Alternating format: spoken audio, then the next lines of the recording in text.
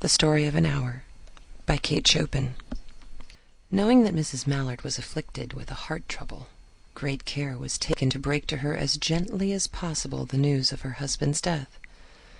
It was her sister Josephine who told her, in broken sentences, veiled hints that revealed in half-concealing. Her husband's friend Richards was there too, near her. It was he who had been in the newspaper office when intelligence of the railroad disaster was received, with Brentley Mallard's name leading the list of killed. He had only taken the time to assure himself of its truth by a second telegram, and had hastened to forestall any less careful, less tender friend in bearing the sad message. She did not hear the story as many women have heard the same, with a paralyzed inability to accept its significance. She wept at once, with sudden, wild abandonment, in her sister's arms. When the storm of grief had spent itself, she went away to her room alone. She would have no one follow her. There stood, facing the open window, a comfortable, roomy armchair. Into this she sank, pressed down by a physical exhaustion that haunted her body and seemed to reach into her soul. She could see in the open square before her the tops of trees that were all aquiver with the new spring life. The delicious breath of rain was in the air. In the street below, a peddler was crying his wares. The notes of a distant song which someone was singing reached her faintly, and countless sparrows were twittling in the eaves. There were patches of blue sky showing here and there through the clouds that had met and piled one above the other in the west facing her window. She sat with her head thrown back upon the cushion of the chair, quite motionless, except when a sob came up into her throat and shook her, as a child who has cried itself to sleep continues to sob in its dreams. She was young, with a fair, calm face whose lines bespoke repression and even a certain strength. But now there was a dull stare in her eyes, whose gaze was fixed away off yonder on one of those patches of blue sky. It was not a glance of reflection, but rather it indicated a suspension of intelligent thought.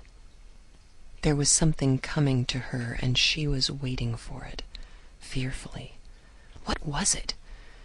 She did not know. It was too subtle and elusive to name, but she felt it, creeping out of the sky, reaching toward her through the sounds, the scents, the color that filled the air. Now her bosom rose and fell tumultuously. She was beginning to recognize this thing that was approaching to possess her, and she was striving to beat it back with her will, as powerless as her two white slender hands would have been. When she abandoned herself, a little whispered word escaped her slightly parted lips. She said it over and over under her breath. Free, free, free. The vacant stare and the look of terror that had followed it went from her eyes. They stayed keen and bright. Her pulses beat fast, and the coursing blood warmed and relaxed every inch of her body. She did not stop to ask if it were or were not a monstrous joy that held her. A clear and exalted perception enabled her to dismiss the suggestion as trivial. She knew that she would weep again when she saw the kind, tender hands folded in death, the face that had never looked, save with love, upon her, fixed and gray and dead. But she saw beyond that bitter moment a long procession of years to come that would belong to her absolutely, and she opened and spread her arms out to them in welcome. There would be no one to live for during those coming years. She would live for herself. There would be no powerful will bending hers in that blind persistence with which men and women believe they have a right to impose a private will upon a fellow creature.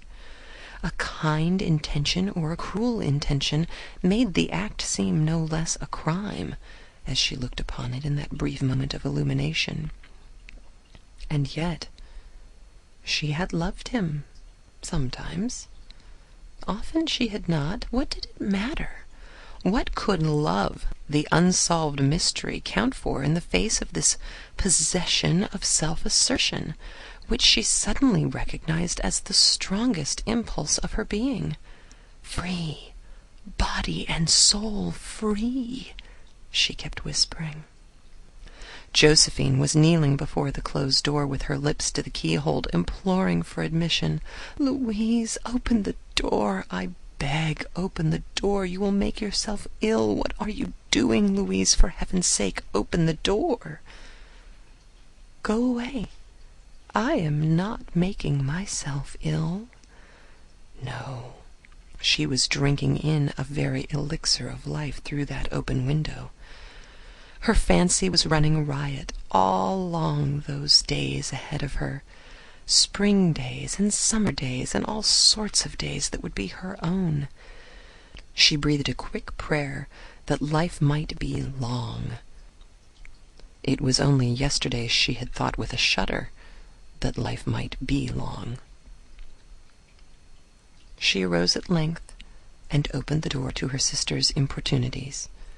There was a feverish triumph in her eyes, and she carried herself unwittingly like a goddess of victory. She clasped her sister's waist, and together they descended the stairs. Richard stood waiting for them at the bottom.